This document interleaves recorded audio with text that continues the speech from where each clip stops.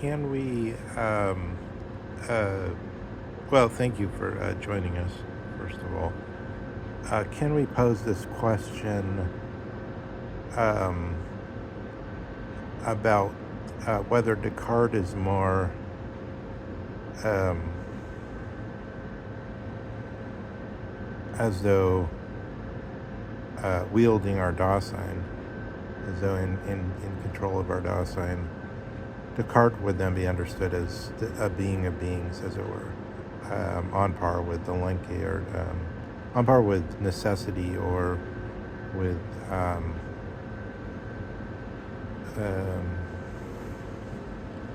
other basic notions. Um, and I suppose, in a way, two of them would be um, somehow in stake, even in the distinction between Descartes and Hobbes. So it's interesting. I think Dugan often focuses on what here I will call the Hobbes side of the debate.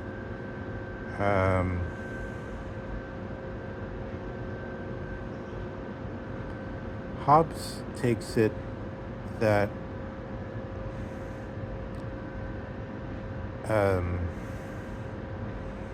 cognition, by which he means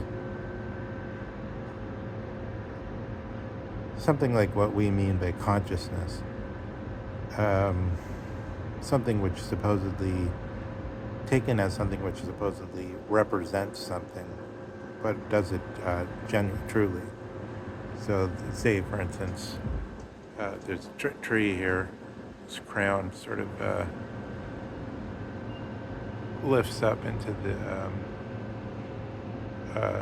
the abyss of nebula, as it were, a fog. And then one could ask, was that really an AI image, or other questions of a sort of a practical matter. But finally, I think this sort of theaetetus questions, could it just be that one is dreaming? Yet those presuppose this being as available concept, which Heidegger is saying the Greeks had. Now, does Heidegger, in fact, I think Heidegger doesn't apply that to Parmenides, though. But he says, I, Heidegger, am not so bold as Parmenides, which is to say, to identify being and thinking, as Parmenides does.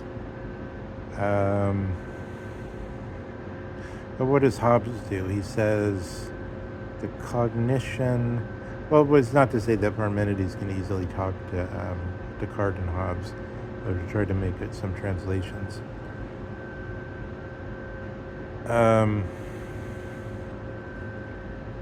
If Hobbes says everything is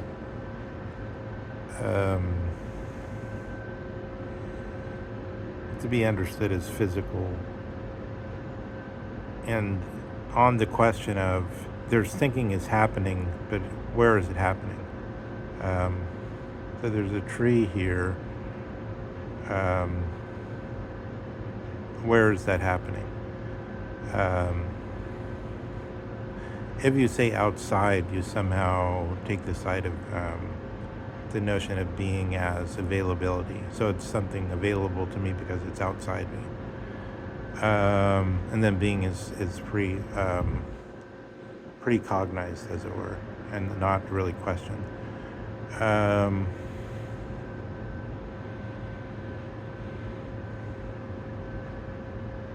But Hobbes says somehow that the thinking must, I think Hobbes,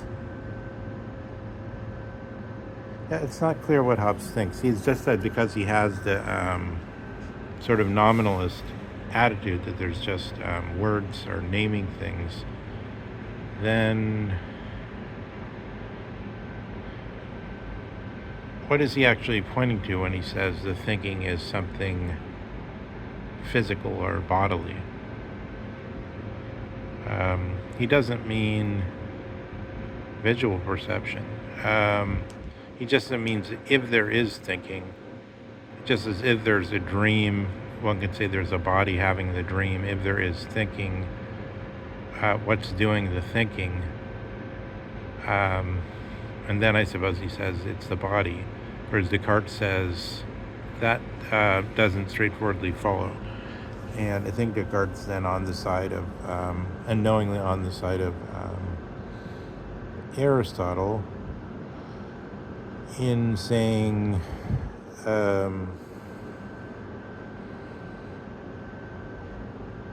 there is really something that has it available.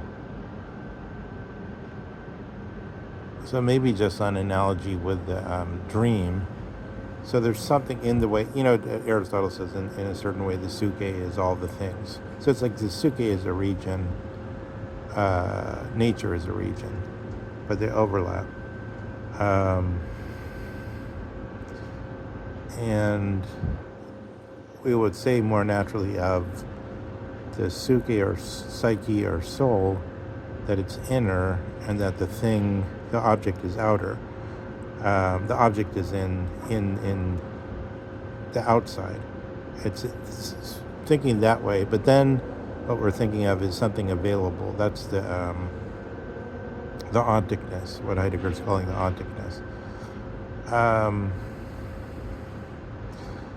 So in a way, the nominalists, because they don't see they've lost their ground, they sort of come close to this phenomenological view, more close than Descartes does, I think.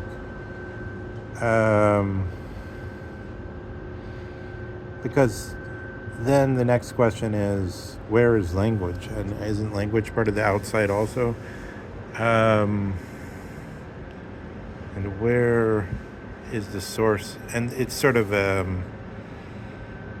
well, I guess everything becomes something like the question of, depending on the structure of your eye, you'll get a different type of colors, depending on how many cones you have. There's some condition of like tetraconal people or something where they could see a greater color spectrum. And then,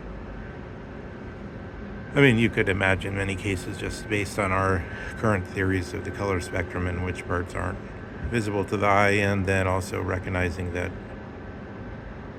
the eye also produces darkness as a positive effect in the so-called ganglion off cells. And then so it's sort of like what kind of mechanism is producing this image physically. I suppose that's what Hobbes wants to get at.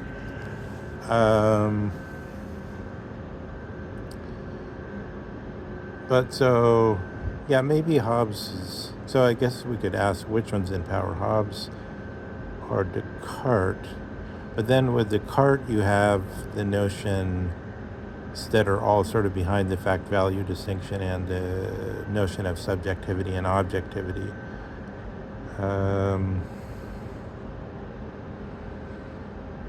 So, yeah, Descartes says, he says, we have to first actually ask the question.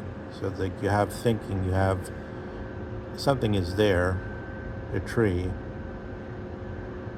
If it were a dream, then we could say it's in the body or something of the dreamer. That would seem sort of natural. But since it's not a dream, although we can't prove it to ourselves, then where is it? And then Descartes then Hobbes, as we were just going through, links it to all these physiological problems. I think that's what he's aiming at doing.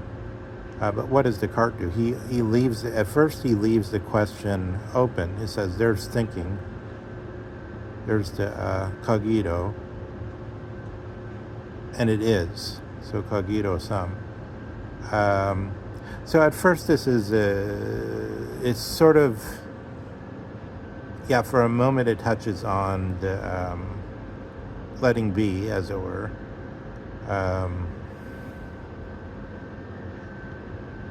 it's a normal German concept, I think. Gelasenheit, coming all the way down from Meister Eckert's time, it still has the same meaning, sort of being in a, Gelasenheit means more in the direction of being in the flow. Like you're canny, you're aware. You're not. It's not that you're comfortably numb or something. You're Gelasenheit.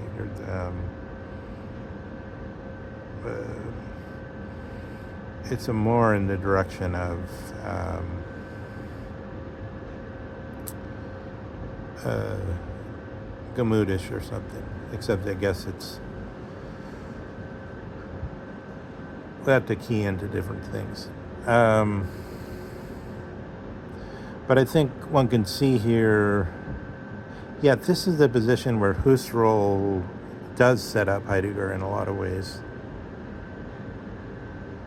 Because Husserl grabs this moment of holding thinking in abeyance, which again Hobbes immediately has forsaken to go do something else, and he puts it into. But he immediately says, "Oh, but there's this Natur Einstellung, or natural attitude, and this theoretical attitude, and that's where all the energy is in the Greek." And then he immediately plugs it into saying, "And this is what happened to the Greeks." And whereas Heidegger tries to find a third position beyond the presupposition that there's a move from Natur attitude to the first theoretical man, as Nietzsche says that Socrates is.